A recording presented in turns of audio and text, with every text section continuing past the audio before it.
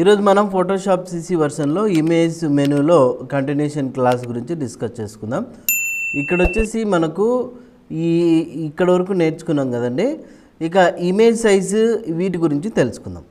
జనరల్గా మీరు ఏదైతే ఒక ఫైల్ అనేది తీసుకుంటారో సో ఆ ఫైల్ యొక్క సైజ్ ఎంత ఉంది, ఒకవేళ తక్కువ ఉంటే సైజ్ని ఎలా పెంచుకోవాలనేది ఇక్కడ ఇమేజ్లోకి వెళ్ళిన తర్వాత సో మీకు ఇమేజ్ సైజ్ అనే ఆప్షన్ ఉంది కదా, ఎప్పుడైతే దీని మీద క్లిక్ చేస్తారో మనకు ఈ ఇమేజ్ సైజు డైలాగ్ బాక్స్ రావడం అనేది జరుగుతుందన్నమాట.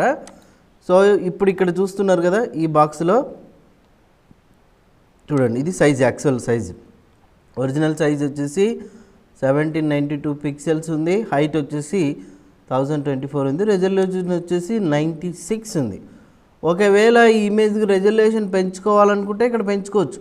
చూడండి 200 అన్నాం అనుకోండి, సో రెజల్యూషన్ అనేది ఆటోమేటిక్గా హై అవుతుంది. హై అయినప్పుడు ఏమవుతుందంటే ఇంకా కొంచెం పిక్సెల్ రేట్ అనేది పెరుగుతుంది అనమాట, ఇంకా నీట్గా కనిపిస్తుంది. ఓకే, తర్వాత వచ్చేసి ఈ ఇమేజ్ ఒకవేళ చిన్నగున్నా పెద్దగున్నా మనకు కావాల్సిన సైజులోకి మార్చుకోవాలనుకుంటే ఈ ఇమేజ్లోకి వెళ్ళి ఇమేజ్ సైజులోకి వెళ్ళిన తర్వాత మీకు విడ్త్ ఎంత అవసరం ఉంది చూడండి. ఇక్కడ రెజల్యూషన్ ఇవ్వగానే ఆటోమేటిక్గా విడ్త్ హైట్ కూడా పెరిగిపోయింది.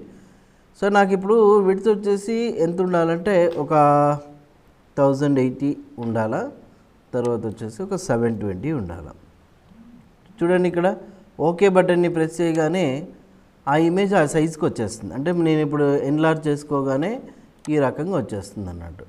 అట్లా ఉన్న ఇమేజ్ని మనకు కావాల్సిన సైజులోకి మార్చుకోవడానికి ఇమేజ్ సైజ్ అనేది ఉపయోగిస్తాము. రెజల్యూషన్ కూడా అంతే. ఓకే, సో ఇక్కడ రీశాంపుల్స్ వచ్చేసి ఇవేం చేంజ్ చేయాల్సిన పని ఉండదు అనమాట, రైట్. సో ఇట్లా ఇమేజ్ సైజ్ని పెంచుకోవచ్చు.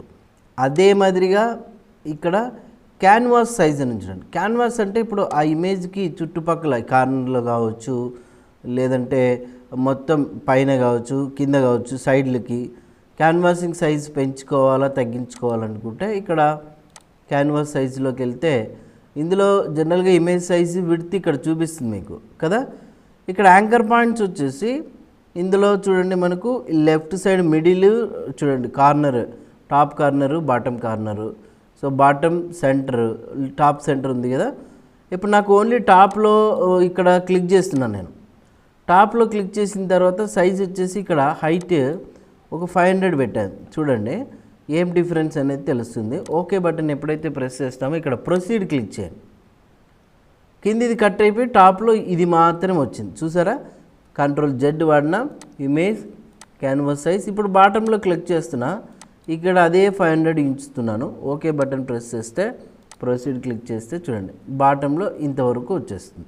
లేదు ఇప్పుడు ఇంకా నేను ఇమేజ్ సైజులోకి వెళ్ళి ఇక్కడ బాటమ్ తీసుకున్నాను, హైట్ వచ్చేసి ఒక 100 పెట్టా.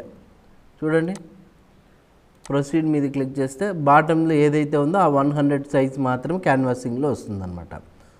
అదే మాదిరిగా ఇమేజ్ సైజులో ఒకవేళ మీకు లెఫ్ట్ రైట్ కావాలా, ఇప్పుడు చూడండి ఇక్కడ రైట్ మీద క్లిక్ చేసినాం. సో ఇక్కడ వచ్చేసి ఒక ఓన్లీ 200 పెట్టున్నా, ఓకే బటన్ ప్రెస్ చేస్తే ప్రొసీడ్ అని. సో చూడండి రైట్ సైడ్ క్యాన్వాసింగ్ ఇట్లా వచ్చేసింది.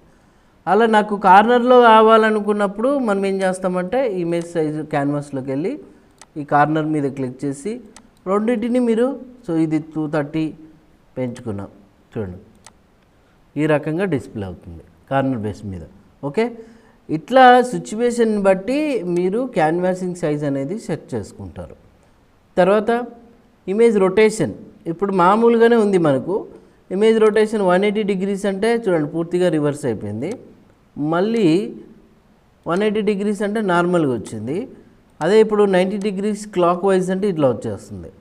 నెక్స్ట్ ఇమేజ్ రొటేషన్లో 90 డిగ్రీస్ కౌంటర్ క్లాక్ వైజ్ అంటే ఈ రకంగా వస్తుంది.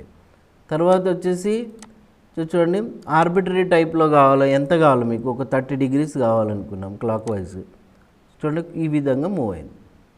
ఓకే, ఇట్లా మనం ఇమేజ్ని రొటేషన్ చేసుకోవచ్చు. ఇక ఫ్లిప్ క్యాన్వాస్ హారిజాంటల్ అంటే ఏమవుతుంది ఇప్పుడు బాగా గమనించండి. ఈ పొజిషన్ వచ్చేసి ఇప్పుడు ఎట్లా ఉందంటే మణికంఠుడు ఇప్పుడు ఈ పక్క ఉన్నాడు కదా, ఇమేజ్ మనకు ఫ్లిప్ హారిజాంటల్ అంటే చూడండి ఇటు పక్క వచ్చేస్తుంది అనమాట. ఓకే, సో అట్లా మనం ఫ్లిప్ హారిజంటల్ ఆప్షన్ యూజ్ చేసుకోవచ్చు. ఇంకా వచ్చేసి ఫ్లిప్ వర్టికల్ క్యాన్వాస్ అంటే ఇట్లా రివర్స్లో వచ్చేస్తుంది. మళ్ళీ యాజ్ యూజువల్గా అదే ఆప్షన్ మీద క్లిక్ చేస్తే నార్మల్గా వచ్చేస్తుంది. ఇది ఇక క్రాప్ విషయానికి వస్తే ఎప్పుడైతే మీరు ఏదైనా ఇమేజ్ని ఒకవేళ చూడండి క్రాప్ టూల్ యూజ్ చేసుకున్నాం, మనం క్రాప్ టూల్ సెలెక్ట్ చేసుకోగానే ఇక్కడ క్రాప్ అనే ఆప్షన్ వచ్చింది. క్రాప్ అనే ఆప్షన్ ఏంటంటే ఆ పర్టికులర్ ఏరియాని ఒక్కటే మనం క్రాప్ చేయాలనుకోండి, చూడండి ఇట్లా సెలెక్ట్ చేసి నేను డ్రాగ్ చేసి అంతే, ఆ ఏరియా వరకు మాత్రమే మనం ఏం చేయొచ్చు, ఇట్లా క్రాప్ చేసుకోవచ్చు అనమాట. జస్ట్ క్రాప్ టూల్ యూజ్ చేసి చూడండి ఈ రకంగా డ్రాగ్ చేశాను.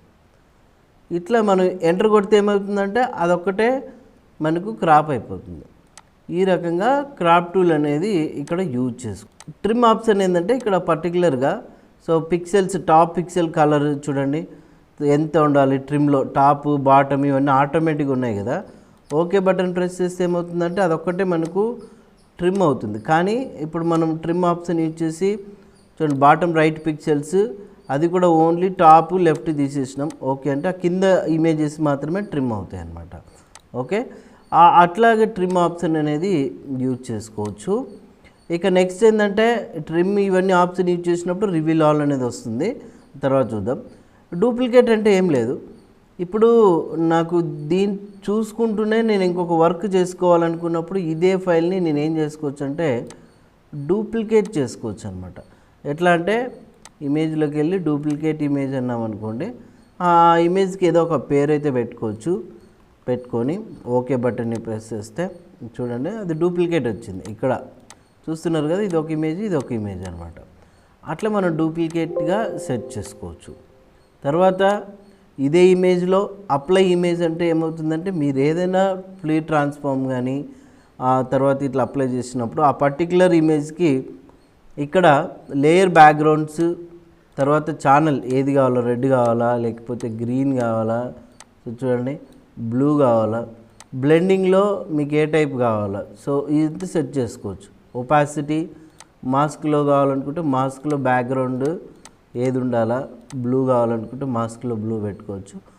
ఓకే ప్రెస్ చేస్తే అప్పుడు మనకు ఇవన్నీ కూడా అప్లై అయిపోతాయి అన్నమాట. రైట్, ఇలా చూడండి క్యాల్కులేషన్స్ అని ఉంది. క్యాల్కులేషన్స్ అంటే ఇక్కడ ఆ లేయర్కి చూడండి ఏంది గ్రీన్ కావాలా, తర్వాత వచ్చేసి బ్లూ కావాలా, మల్టిప్లైలో కావాలా, డార్క్ అండ్ టైప్లో కావాలా, బ్యాక్గ్రౌండ్ లేయర్స్ ఇట్లా క్యాల్కులేషన్ చేసుకోవచ్చు.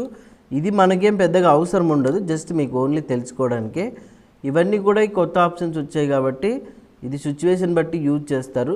మీరు ఇమేజ్ సైజు క్యాన్వాస్ సైజు ఇవి ఒకటి బాగా నేర్చుకోండి. నెక్స్ట్ క్లాస్లో ఈ అడ్జస్ట్మెంట్స్ గురించి నేర్చుకుందాం.